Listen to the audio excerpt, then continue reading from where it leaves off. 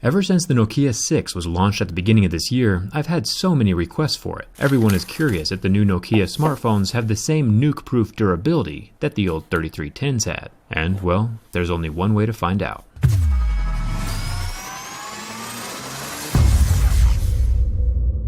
I have tested the durability of every major smartphone that gets released over the last few years.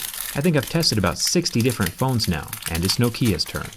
Pulling it out of the box, it already has a heavy feel to it, which in my book is a good thing. I purchased the slick-looking matte black version. As always, we'll start with the scratch test. I have a set of Mohs picks that allow me to differentiate between different materials. Plastic scratches at a level 3, tempered glass scratches at a 5 or a 6, and sapphire would be at an 8 or a 9. The Nokia 6 has advertised Gorilla Glass 3 on the screen, and it scratches at a level 6, perfectly on par with other flagship devices. On to the fingerprint scanner. Now this is pretty sweet. It's not a button, just a pad, but it's totally scratch-proof. My razor inflicts no damage to the scanner. There are only a few other phones with durable fingerprint scanners like the iPhone 7 and the OnePlus 3. Most phones scratch. The 8-megapixel front-facing camera is also under the front screen glass, so it is scratch-resistant as well. But the earpiece, on the other hand, it seems to be made out of a superfine cloth, almost like the cloth we saw inside the Pixel. This one can come out. Now, obviously, I pulled this out on purpose, but over time, on your own phone, through heating and cooling and normal phone abuse, the little bit of adhesive holding this earpiece in place can become weak. I imagine after a year or two of this rattling around in your pocket, your phone might look the same as mine. It's an unfortunate material choice. I'll just stuff it back in and pretend like nothing happened. Nailed it. Might want to turn up your volume for this next part. It's real metal. Definitely one of my favorite sounds and feels on a smartphone.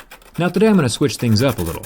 Art Class with Jerry is temporarily cancelled. Last month I had about 50,000 views on my channel from the lovely little country of Finland. And in Finland there is a tiny town that's actually called Nokia. It's right about here. Turns out Nokia originated in Finland. Who would have thought? If any of you are planning a vacation to Nokia, my map will help you get there. It's a good map. Probably the best map. The 16-megapixel rear camera protrudes quite a bit out of the back metal housing. Not quite as good looking as the completely flush LG G6, but the Nokia 6 still has a scratch-resistant camera lens. My razor blade does nothing to it. It's good to see that most cell phone companies these days have stopped using plastic on their camera lenses. The flash is still plastic, but that's fine, since light will still flow through no matter how scratched it is. The top of the phone is metal. The Nokia 6 does have plastic antenna lines like all metal phones do. These are similar to the wrap-around corner design that the iPhone 7 currently has. But this phone has one distinguishingly useful feature that the iPhone 7 does not have: a headphone jack. The volume and power buttons are completely made of metal as well, so no matter where you are holding this phone, you'll be touching metal. I'm not going to lie, it's a good feeling phone on the outside. But it's what's on the inside that really counts. We'll find out more in a second. The phone does have stereo speakers, that's a bonus. But it is still living in the micro USB world. I'm starting to like this USB-C thing more and more, so Nokia needs to get with the program. The Nokia 6 has a 5.5-inch 1080p IPS display, which means that if I take a lighter to it, we'll get about 10 seconds of life before the pixels go black and turn off. Luckily though, with IPS displays, the pixels do recover, and within a few seconds of the heat being removed, they'll be back to normal.